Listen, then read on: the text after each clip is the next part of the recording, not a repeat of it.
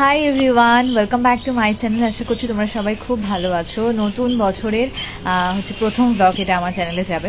তো আজকে হচ্ছে রাত্রিবেলা, মানে রাত্রিবেলা না, সন্ধ্যের দিকে আমাদের ছাদে বারবিকিউ পার্টি আছে, তাই ভাবলাম একটু ব্লগ শুরু করি। এখন দুপুরবেলা ছাদে এসছে স্নান টান সেরে চুল শুকাইতে। এই যে পিছনে হচ্ছে এটা আমার মামাতো বোন, এই যে মিঠি, আর এখানে হচ্ছে প্রমিও আছে।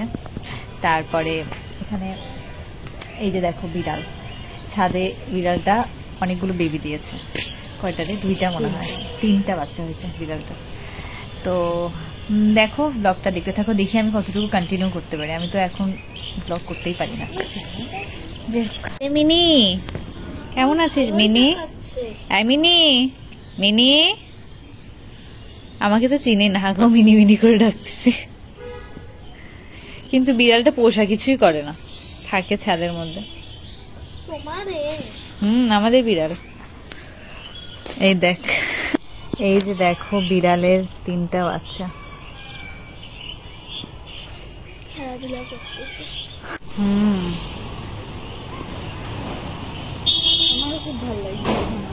হ্যাঁ, আরো গোছানো ছিল আমাদের ছাদটা, হচ্ছে আরো গোছানো ছিল। তার মধ্যে তুমি একটা নোংরা যে তুমি সরো, আমি আমাদের ছাদটা গোছানো ছিল। তোমরা যারা আগে ব্লগ গুলো দেখেছো, কিন্তু ওই যে মানে যে আন্টিরা আমাদের এখানে থাকে উনি খুব গাছের চর্চা করে, বাট ওদের বাড়ি হচ্ছে নতুন, তো ওগুলো সব নিয়ে গেছে গাছ টাছ। এখন আর কি কোন রকম অগোছালো, আমাদের মতো অগোছালো। আমি যখন ছাদে গিয়েছিলাম ওই সময় তো মাম্মাম ঘুমোচ্ছিল, তাই আমি চুল শুকিয়ে তারপর প্রমির সাথে কিছুক্ষণ আড্ডা দিয়ে তারপর নিচে এসে দেখি না মাম্মাম উঠে গেছে, ওর খিদাও পেয়ে গেছে, দিদানুকে কোলে নিয়েছিল। এরপর তোমাদেরকে তো প্রথমেই বললাম যে আমাদের বাড়িতে সন্ধ্যাবেলা একটু পার্টি আয়োজন করা হয়েছে, সেই জন্য এখানে রমা পিসি চলে এসেছে পরোটা ভাজার জন্য। এখানে মানে কাই করে নিয়েছে আটার, দিয়ে এখন পরোটা ভাজা হবে।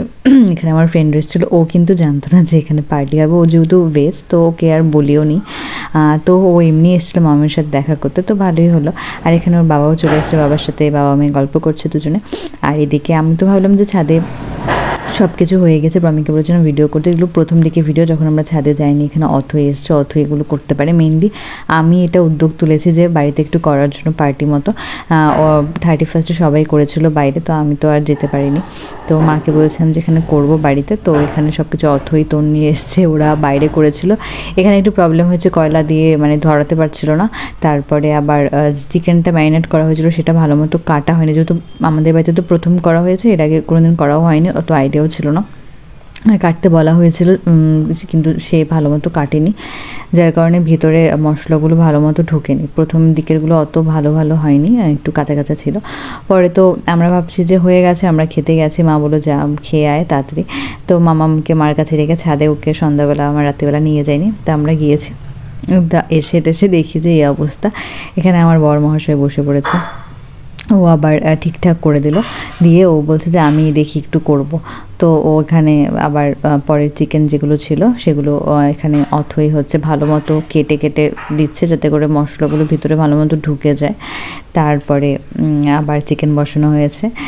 পরেরটাও বেশ ভালো হয়েছিল খেতে, পরের যেটা করা হয়েছে। প্রথমের দিকেরটা তত ভালো না। আমাদের অবস্থা পুরো, আমরা বাড়ির জামা কাপড়েই ছিলাম, কোনো রকমের সেই ফটো করিনি, কিছুই করিনি, মানে ফটো তোলা আর কি, যে পার্টির মতো হয় সেভাবে কিছুই হয়নি। তারপরে এখানে দেখো হচ্ছে চিকেন। তো এটা আমাদের বাড়িতে ফার্স্ট টাইম এই আর কি চিকেনের কি বলবো বারবিকিউ বা চিকেন পোড়ানো যেটাই হোক না কেন। তো এখানে তো আমার ফ্রেন্ডের ফোনে এই ভিডিওগুলো করা হয়েছে, ওকে বলছি একটু ভিডিও কর। তারপরে তো খিদা পেয়ে গেছিলো প্রচন্ড, তখন আমরা এখানে খাওয়া শুরু করে দিয়েছি। দিন পরে আড্ডা দিচ্ছি, সবাই আইফোন ধরে আছে, আর এই যে উর্মিদি খাইতেই ব্যস্ত আছে, খাবো না। এখানে হাজবেন্ড ওয়াইফ খাচ্ছে, এখানে এই রায়সাব বাড়ির মেয়েটা অকারণেই হাওয়া দিয়ে যাচ্ছে। আমি ব্লগ করলে তো কেউ আমাকে পছন্দ করবে না। কি বলছিস? রায়সাব বাড়ির মেয়েটা অকারণে হাওয়া দিয়ে যাচ্ছে।